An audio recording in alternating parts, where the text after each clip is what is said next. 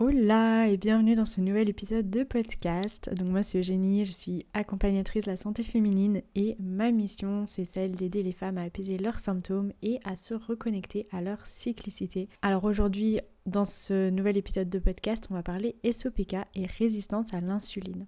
Pourquoi ? Parce que la résistance à l'insuline, donc c'est quelque chose qui revient très souvent en consultation chez les femmes que j'accompagne pour leur SOPK.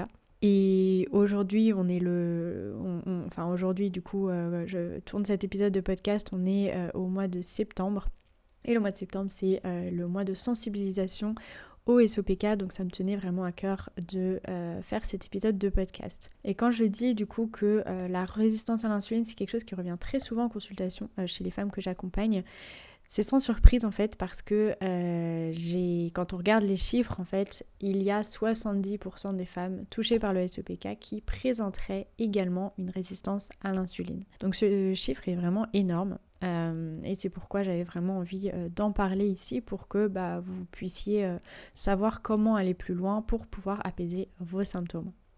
Donc petit rappel peut-être par rapport au SOPK. Donc le SOPK c'est le syndrome des ovaires polykystiques. C'est un syndrome en fait dans lequel on a tout un déséquilibre hormonal qui vient s'installer, dans lequel le corps se met à produire trop d'androgènes, ce qui va se manifester par de nombreux symptômes qui vont être différents d'une femme à l'autre. Donc c'est ce qui fait de ce syndrome une certaine complexité en fait, parce que les symptômes sont différents d'une personne à l'autre, les causes sont différentes également d'une femme à l'autre. Donc niveau symptômes, on peut avoir une chute de cheveux, surtout au niveau des tempes, au-dessus du crâne, une hyperpilosité. Alors ça va être au niveau du visage, par exemple sur les lèvres ou au niveau du menton, ou dans le dos, la poitrine, les bras, le nombril, autour du nombril du coup sur le bas du ventre. Donc ça c'est vraiment le reflet de l'hyperpilosité, de l'hyperandrogénie. On peut développer également de l'acné. On va souvent avoir des cycles longs, pas toujours, mais ça va vraiment se retrouver chez de nombreuses personnes touchées par le SOPK. Donc des cycles longs, irréguliers, parce que justement cet excès d'androgène va bloquer l'ovulation. Et d'ailleurs, on va souvent retrouver des ovaires avec un aspect multifolliculaire, donc un aspect un petit peu boule de papier, dans lesquels les follicules s'entassent en fait et n'arrivent pas à maturer correctement. Donc on va vraiment avoir cet aspect multifolliculaire qui est un des critères d'ailleurs de Rotterdam pour pouvoir poser le diagnostic du SOPK. Et niveau symptômes, on va également retrouver pas mal de fatigue chronique, de fringales, de maux de tête, des sautes d'humeur. Un état dépressif aussi, c'est quelque chose qui revient très souvent. Donc ça c'était vraiment pour faire le tour de ce qu'est le SOPK. Je pense que c'est important de rappeler du coup que la cause est différente d'une femme à l'autre et que on peut avoir certains symptômes mais pas d'autres. Donc même niveau symptômes, ça va être très différent d'une personne à l'autre. Et donc bien qu'on nous dise qu'il n'y a pas vraiment de solution au SOPK, ça je pense que tout le monde l'a entendu au moment du diagnostic. Si je suis ici, c'est bien pour vous prouver le contraire et pour pouvoir apaiser ces symptômes, eh bien il faut aller chercher pourquoi. Qu'est-ce qui fait que notre corps se met à produire trop d'androgènes ? Et cette cause, encore une fois, elle est différente d'une femme à l'autre. Donc on va retrouver dans les causes différentes l'hyperprolactinémie, une thyroïde au ralenti, le stress, l'excès de cortisol, les troubles digestifs et du coup également la résistance à l'insuline. À savoir que toutes ces causes d'ailleurs sont parfois liées entre elles et qu'on est souvent dans un cercle vicieux. Quand on prend la résistance à l'insuline par exemple, donc une présence de résistance à l'insuline va empirer les symptômes de SOPK, mais le fait de ne pas avoir une ovulation régulière va aggraver et maintenir, renforcer cette résistance à l'insuline. Donc on peut vraiment se retrouver dans un cercle vicieux où le serpent se mord la queue. Donc parlons de résistance à l'insuline. Quels sont les signes ? Quels sont les signes qui peuvent vous alarmer et vous mettre la puce à l'oreille ? Donc on a des signes qui sont vraiment assez fréquents, notamment l'augmentation du tour de taille, la prise de poids du coup, mais vraiment avec cette augmentation, un surplus du coup au niveau de la graisse abdominale, ça c'est très fréquent, c'est très typique en fait de la résistance à l'insuline. La fatigue, surtout après le repas.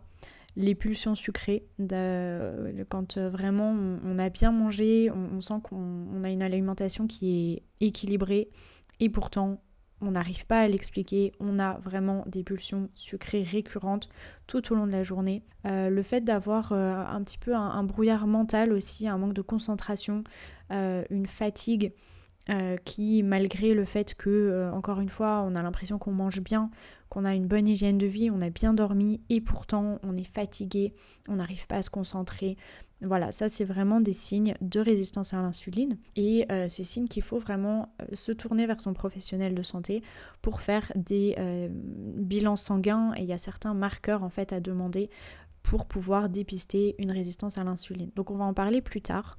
Je pense que déjà on peut commencer par expliquer ce qu'est une résistance à l'insuline. En fait, qu'est-ce qui se passe quand on mange quelque chose de sucré, quand on mange des glucides, notre corps va se mettre à sécréter de l'insuline. L'insuline, c'est une hormone qui est sécrétée par le pancréas dès que le corps détecte une présence de sucre dans le sang.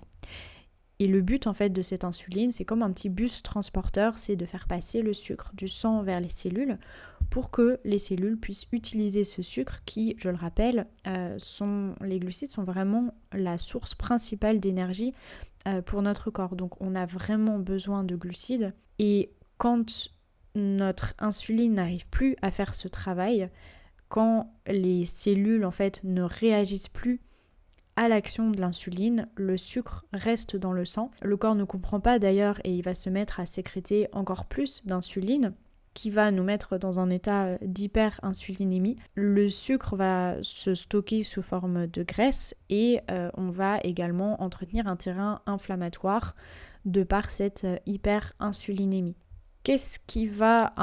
Comment en fait la résistance à l'insuline va empirer nos symptômes de SOPK ?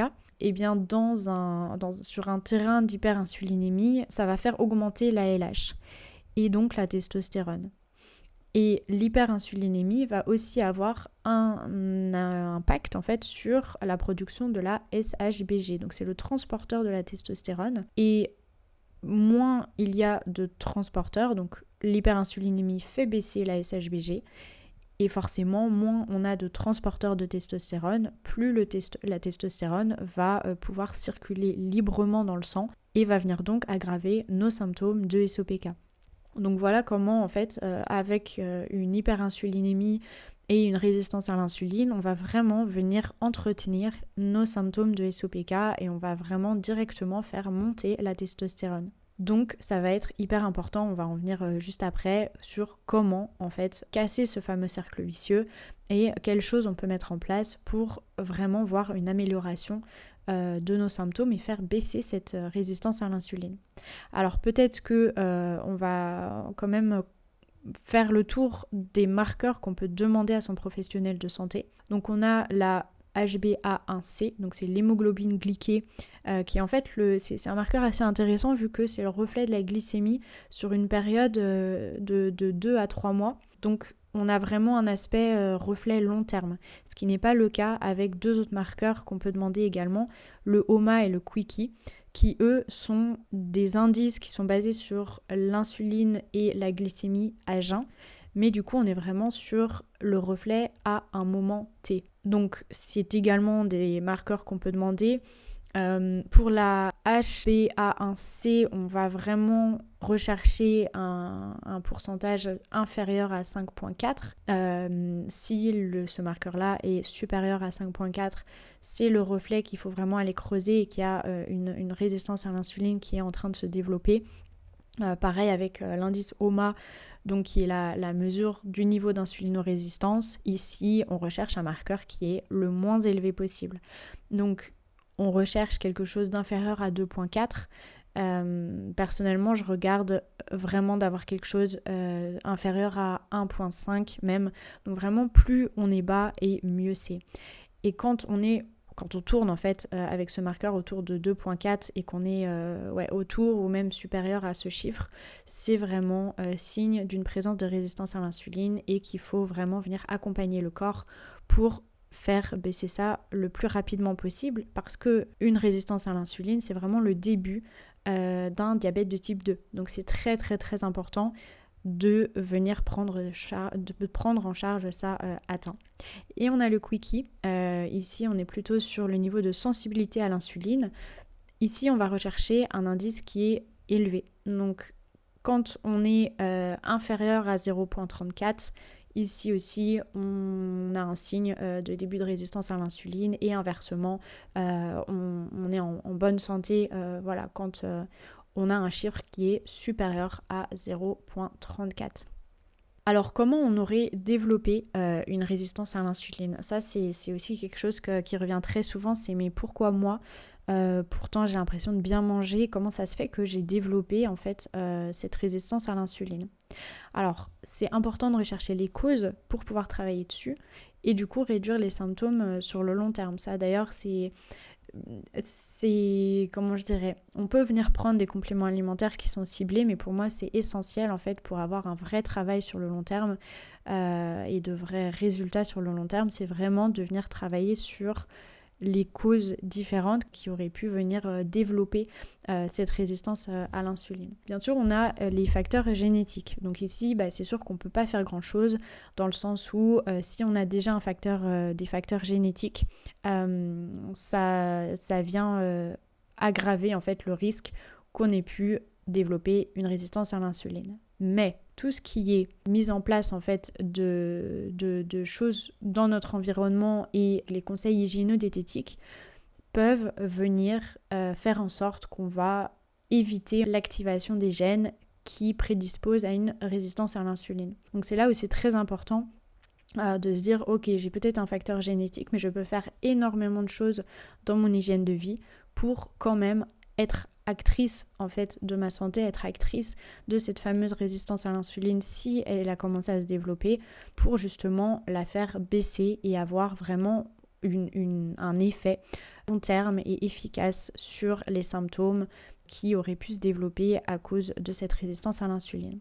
Donc à côté des facteurs génétiques et tout le reste, donc on va pouvoir avoir une main dessus, c'est la sédentarité. Le fait de vraiment avoir un boulot assis, de ne pas bouger. D'ailleurs, si on a un boulot assis, les 2 heures de sport qu'on va faire dans la semaine ne suffisent pas à compenser ce manque d'activité physique.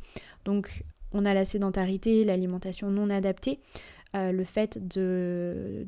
Et ça, c'est quelque chose que, depuis toute notre enfance, en fait, on est habitué à consommer du sucre, des goûters sucrés.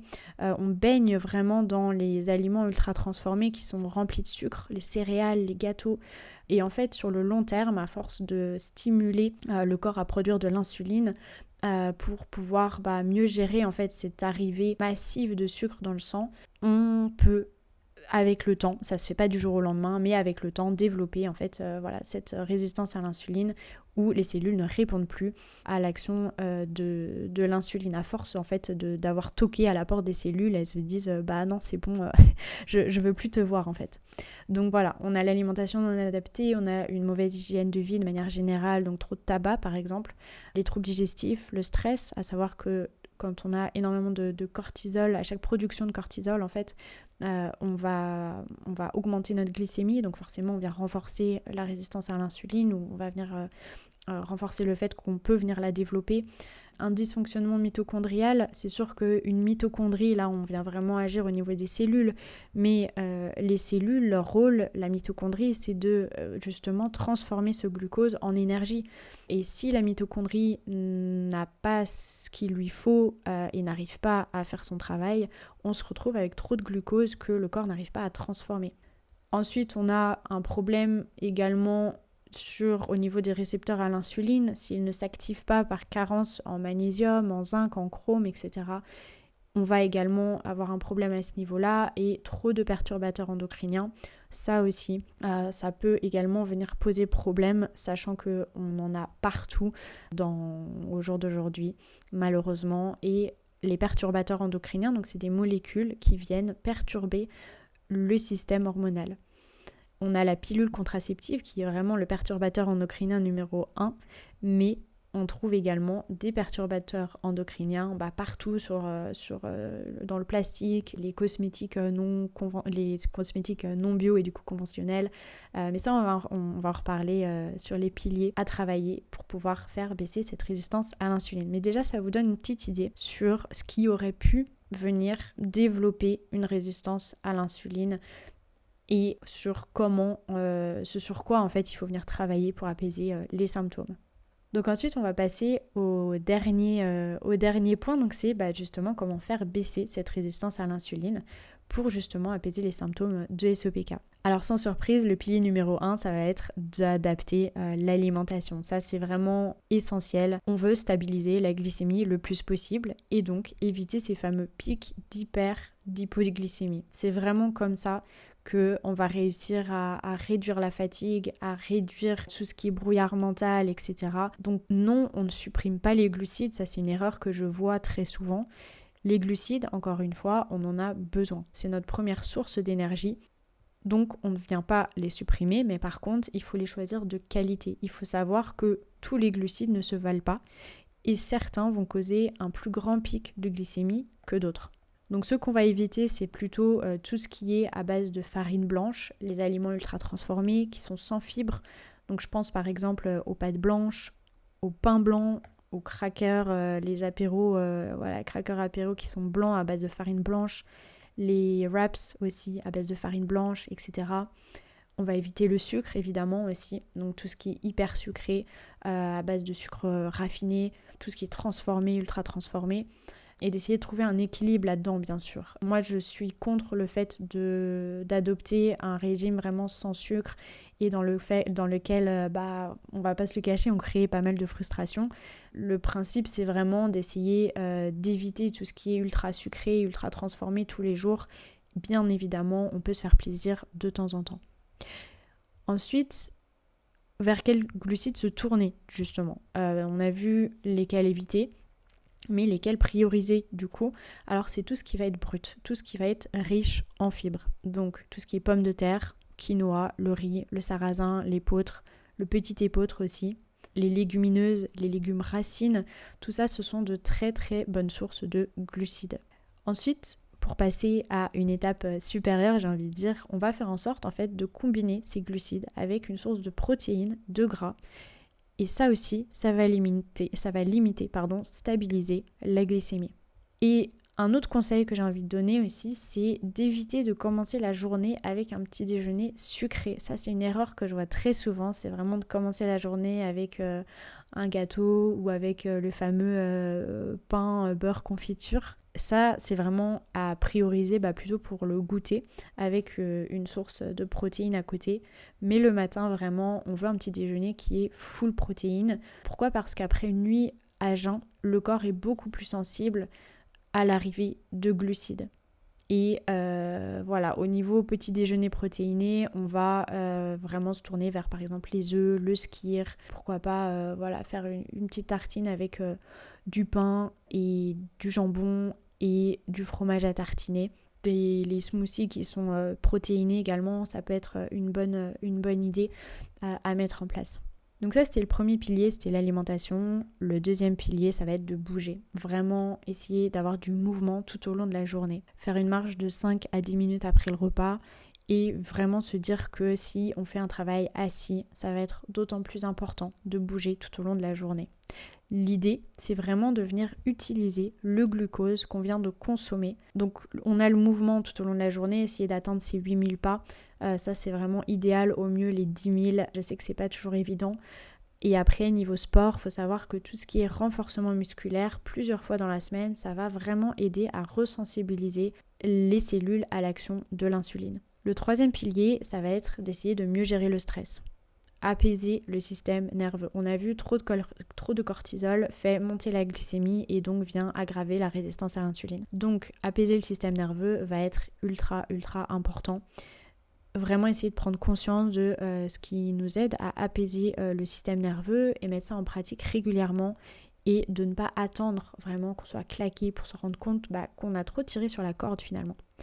Donc de façon régulière, j'ai même envie de dire de façon quotidienne, faire les choses en conscience, 400 000 stimuli autour de nous, donc vraiment cuisiner, manger, marcher sans être sur son téléphone, prendre conscience de ce qu'on observe, de ce qu'on écoute, de ce qu'on sent, de ce qu'on touche, vraiment prendre conscience de nos sens. On peut également se tourner vers les plantes adaptogènes pour accompagner notre corps, donc je pense à l'ashwagandha, au rhodiola, à la rhodiole, du coup au ginseng. On a également il y en a une qui m'échappe. Oui, le safran, pardon, qui est très intéressant si on a pas mal d'états dépressifs. Donc voilà, le troisième pilier, vraiment essayer de mieux gérer le stress. Le quatrième pilier, j'en ai déjà un petit peu parlé, donc ça va être de limiter les perturbateurs endocriniens qui se trouvent vraiment partout, mais on peut vraiment essayer dans des actions quotidiennes de les limiter le plus possible, et ça va être notamment de passer à une cosmétique bio. Dans la cuisine, d'éviter le plastique, le téflon, utiliser des matériaux qui sont plus nobles, donc passer au verre, à l'inox, à la céramique, au bois. Essayer d'éviter aussi de chauffer dans des containers en plastique. Et donc ça, c'est vraiment pour tout ce qu'on ingère, tout ce qu'on applique sur la peau, mais il faut également penser à tout ce qu'on respire. Donc tout ce qui est parfum, désodorisant, bougies parfumées, conventionnelles, sont bourrés de perturbateurs endocriniens, et vraiment essayer de se tourner vers des alternatives naturelles, bio. On peut se tourner vers un petit mélange d'huiles essentielles par exemple, dans un petit peu d'huile ou un petit peu d'alcool, et ça fait un très très bon désodorisant naturel. Le cinquième pilier, ça va être les compléments alimentaires. Donc là, voilà, c'est vraiment la cerise sur le gâteau, j'ai envie de dire, parce que, attention, on va venir les prendre une fois qu'on aura travaillé sur les autres piliers que je viens de citer, ou du moins, on va venir travailler sur le reste en parallèle. Les compléments alimentaires seuls ne sont pas suffisants et ne vont pas apporter les effets souhaités. Donc ici, c'est vraiment au cas par cas. Attention aussi aux contre-indications pour certains en cas de grossesse. Mais les compléments hyper intéressants pour la résistance à l'insuline, ça va être le myo-inositol, la berbérine, le chrome, la NAC aussi, qui est très intéressante, la cannelle, qu'on peut d'ailleurs venir utiliser en poudre sur nos yaourts, dans des smoothies, etc. Les oméga 3, le magnésium, la vitamine D, attention aux carences de vitamine D également. Donc vraiment faire doser la vitamine D, c'est ultra important, et puis venir prendre des compléments alimentaires à côté selon les besoins. Et la CoQ10 aussi, la coenzyme Q10, qui peut être très intéressante pour vraiment venir agir au niveau de la mitochondrie. Donc encore une fois, c'est vraiment au cas par cas et en fonction des besoins de chacune. Ici, j'en ai énuméré quelques-uns, mais on peut passer par les plantes aussi. Mais c'est important de vous faire accompagner pour faire les bons choix, pour bien doser tout ça et vraiment travailler au cas par cas. Mais le fait de se faire accompagner peut également de manière générale clairement vous aider à avancer sereinement. Et je peux pas ne pas faire de transition vers mon accompagnement Équilibre ton SOPK, qui est vraiment un accompagnement qui est individualisé et dans lequel mon rôle c'est vraiment de mettre toutes les pièces du puzzle ensemble en fait, avec les symptômes et les analyses de la personne pour pouvoir creuser et trouver les causes principales des symptômes du SOPK. Parce qu'on l'a vu, le SOPK c'est vraiment un syndrome qui est complexe et souvent on a d'ailleurs plusieurs causes principales qui viennent aggraver les symptômes. Donc on n'aura pas que la résistance à l'insuline, mais on aura d'autres choses. On peut avoir Hashimoto, d'autres troubles de thyroïde, on peut avoir des troubles digestifs. C'est vraiment très important de travailler sur tout ça. En plus à cela, s'ajoutent les carences nutritionnelles. Moi, j'ai pas vu une personne sans carence nutritionnelle et forcément tout ça, ça vient empirer le déséquilibre. Donc là-dessus, évidemment, on vient travailler sur ces carences et sur les causes principales. Le but, évidemment, c'est que à la fin de l'accompagnement, tu aies apaisé tes symptômes, que tu aies adopté une hygiène de vie qui te convienne à toi. Ça, c'est très important.